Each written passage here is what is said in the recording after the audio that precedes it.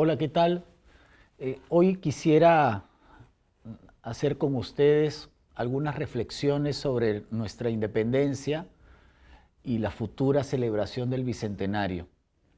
Como sabrán, el Perú cumplirá en el año 2021 formalmente 200 años de ser república o país independiente.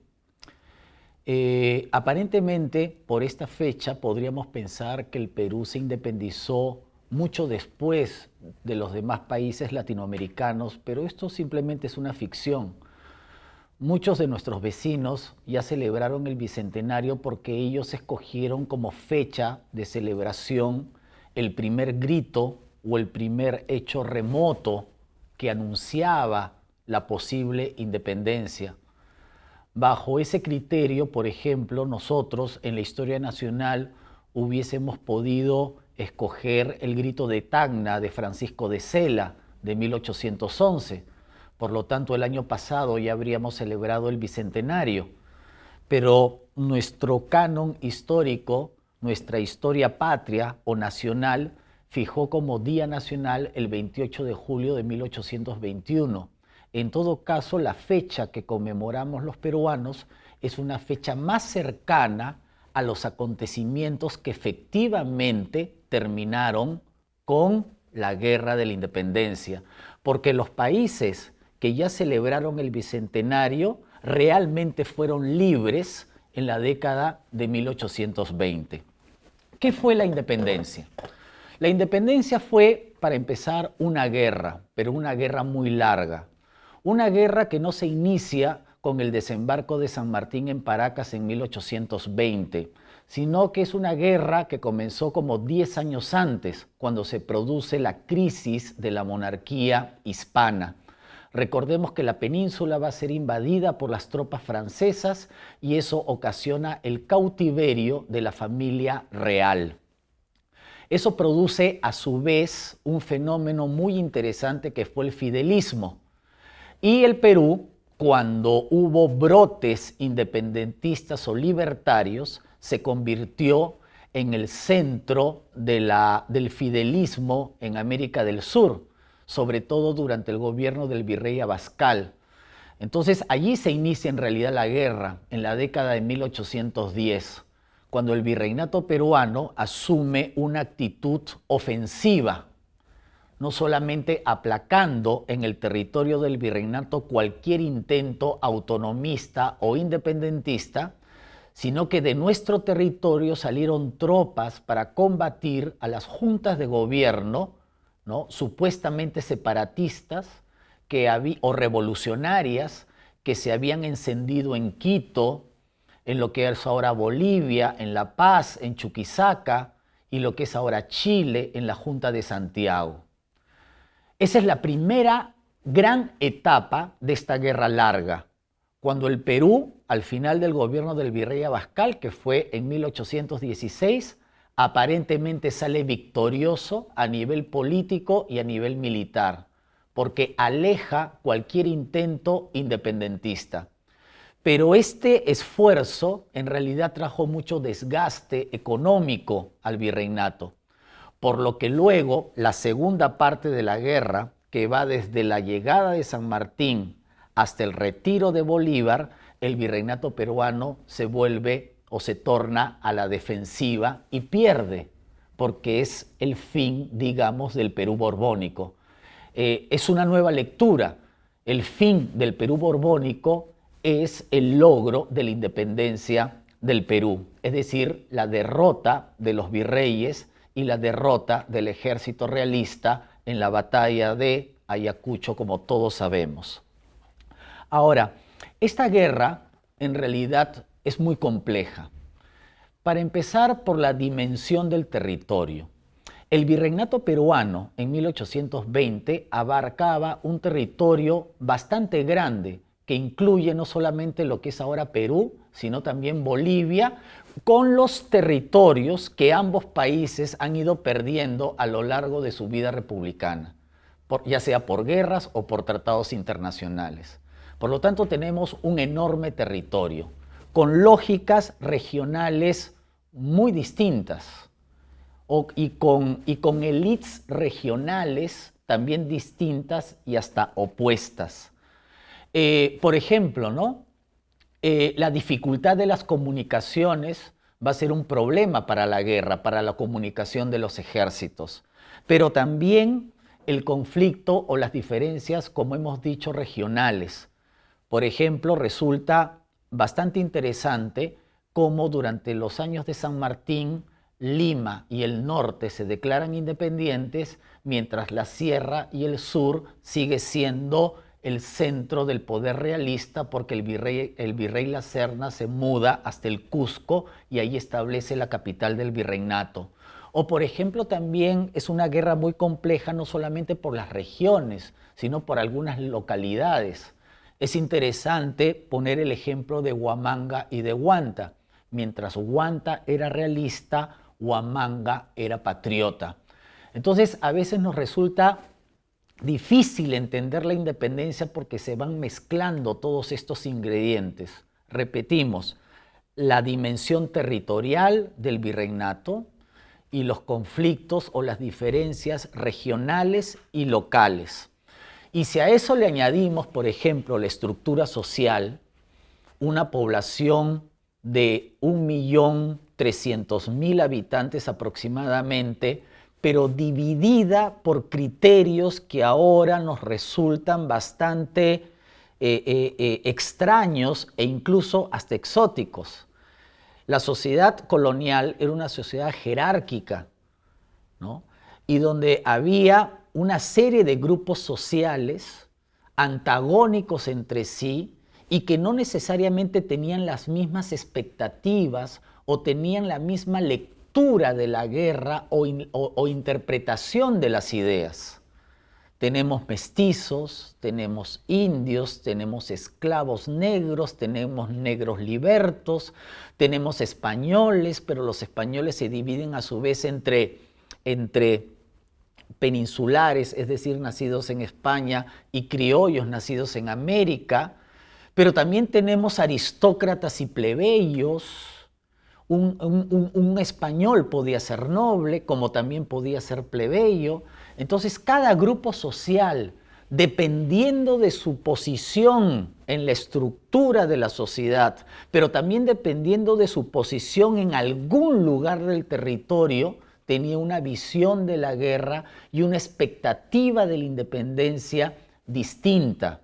Si ahora, como peruanos, nos resulta a veces muy difícil llegar a entendimientos generales o a consensos nacionales, imaginémonos hace 200 años.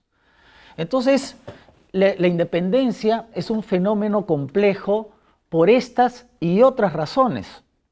¿Ya? Cada uno tenía su forma, así como ahora hay muchas formas de ser peruano y todas son absolutamente legítimas.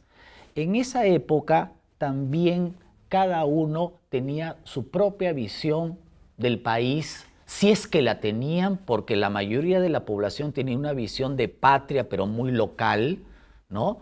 Ahora nosotros, por ejemplo, vemos el mapa de Sudamérica, vemos el mapa del Perú, pero la población, la mayoría de la población en esa época, ¿no? Que además era analfabeta, no tenía ni siquiera una noción espacial de lo que era el país. Más era lo que tenían una visión regional o local.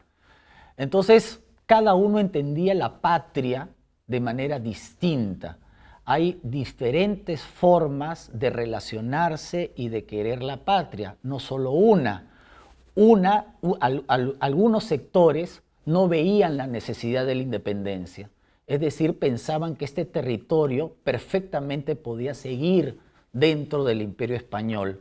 Otros optaban por la independencia, pero una cosa no deslegitimaba al otro. Son dos lecturas del territorio, son dos lecturas de la guerra, son dos lecturas del acontecimiento y en realidad ni siquiera son dos, son muchas, porque inclusive una persona a la medida de los acontecimientos puede tener varias lecturas de la realidad. Y eso me lleva Y eso me lleva a otro tema, que es el tema de los actores sociales en un tiempo revolucionario. Explico. La independencia fue un tiempo revolucionario. ¿Qué cosa significa un tiempo revolucionario? Es un momento de aceleración del tiempo histórico. Es decir, los acontecimientos se suceden velozmente y ni siquiera en forma sucesiva, sino también en forma simultánea. Entonces, una persona, un grupo social, una familia, todos esos son actores sociales, ya sean individuales o colectivos, tienen que reaccionar con bastante velocidad a los acontecimientos que se están sucediendo. Y no solamente uno tiene que estar pendiente de los acontecimientos que suceden en una ciudad o en el virreinato, sino también en el resto de la América hispana y por supuesto en España. La gente está pendiente de todos esos acontecimientos. Las noticias tardan en llegar, demoran, se distorsionan. La gente no sabe lo que está pasando con la monarquía en España.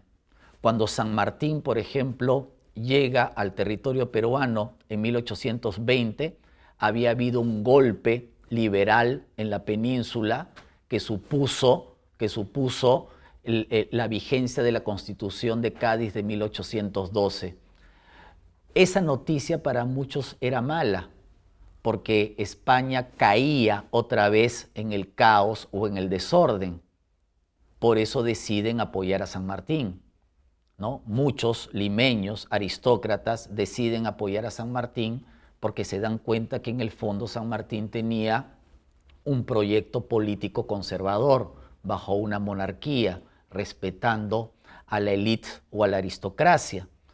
En cambio, por ejemplo, Bolívar llega en 1823, cuando había habido una reacción absolutista en España y las cosas aparentemente se volvían a poner en orden en la península. El absolutismo regresaba al imperio y para algunos eso era preferible a la dictadura de Bolívar. Pero la gente en este tiempo revolucionario no solamente tiene que reaccionar ante lo político o ante las ideas, también tiene que ver cómo cuida, protege su patrimonio, cómo cuida su vida, cómo cuida la vida de sus familias. En realidad hay una serie de factores que se mezclan constantemente. Por eso, a mí a veces me parece injusto que 200 años después hagamos juicios de valor sobre el comportamiento de las personas en un tiempo tan cambiante como el que fue la independencia. En otras palabras, es difícil o casi imposible pedir coherencia de comportamiento en tanto tiempo, cuando los acontecimientos se sucedían de manera aluvional, por decirlo de alguna manera. La gente tenía que pensar, sí, en el Perú, pero también tenía que pensar en su vida, en su familia, en su patrimonio, y es por eso que la gente, a lo largo de toda la guerra, puede cambiar de posición. Gente que comenzó patriota puede terminar realista o viceversa. O gente que según los acontecimientos va cambiando de bando. Y hay que ponerse en el drama de la época, hay que ponerse en la mente de aquellas personas para tratar de comprender su actitud o su comportamiento. Es muy fácil decir, este fue un traidor, este fue un patriota. Pero muchos a los que la historiografía nacional ha puesto como traidores, en realidad no son traidores. Simplemente tienen una lectura distinta de la guerra. O así como vemos personas que hasta antes del 28 de julio de 1821 estaban a favor o estaban apoyando al virrey y luego están en el gobierno de San Martín. Algo debió pasar. Vieron esa solución como el mal necesario o como la única opción posible en ese momento, ¿no? Por eso, yo creo que ya es anacrónico estar hablando de que la independencia fue una guerra entre patriotas y realistas. Porque si no eres patriota y eres realista, entonces los realistas son antipatriotas. No.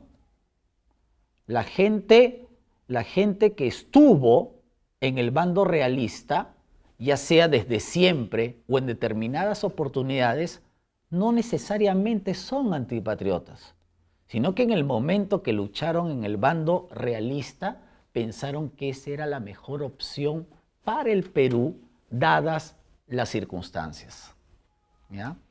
Hay que tener en cuenta que la guerra fue una guerra civil. En realidad, la guerra de la independencia no fue una guerra contra España.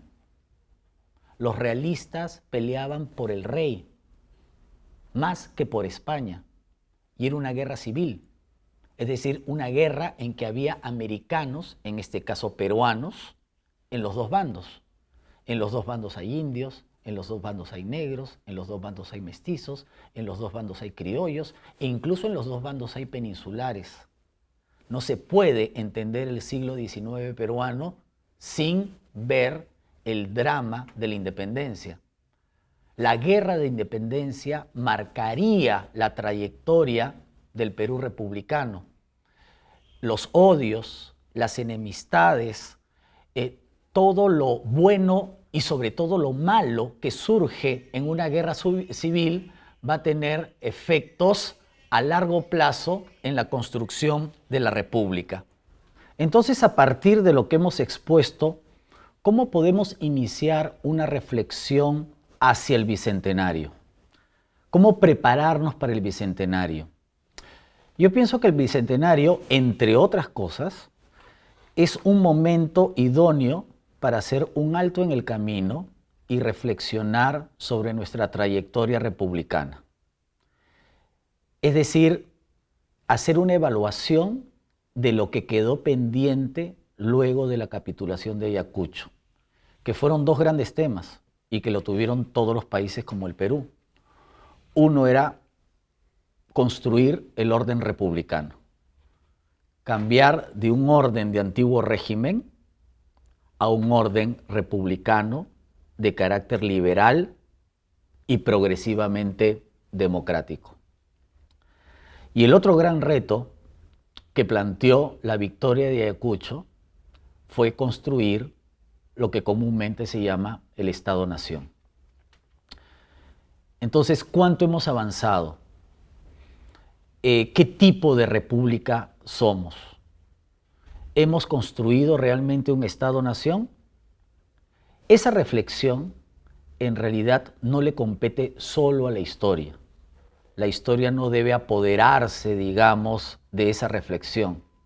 Es más bien un ejercicio interdisciplinario, porque tanto la economía, la política, la demografía, la sociología y la antropología y también el arte, todas esas perspectivas nos pueden ayudar a entender qué es lo que hemos construido y qué nos falta por construir de la gran tarea pendiente que dejó la independencia.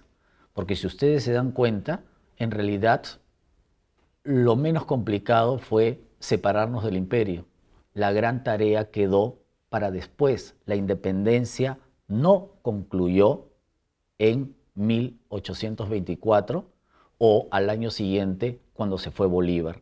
Lo más difícil de la independencia quedaba pendiente. No repetir, por ejemplo, los errores del centenario en 1921, cuando el régimen de turno se apoderó de la celebración y lo utilizó como propaganda política.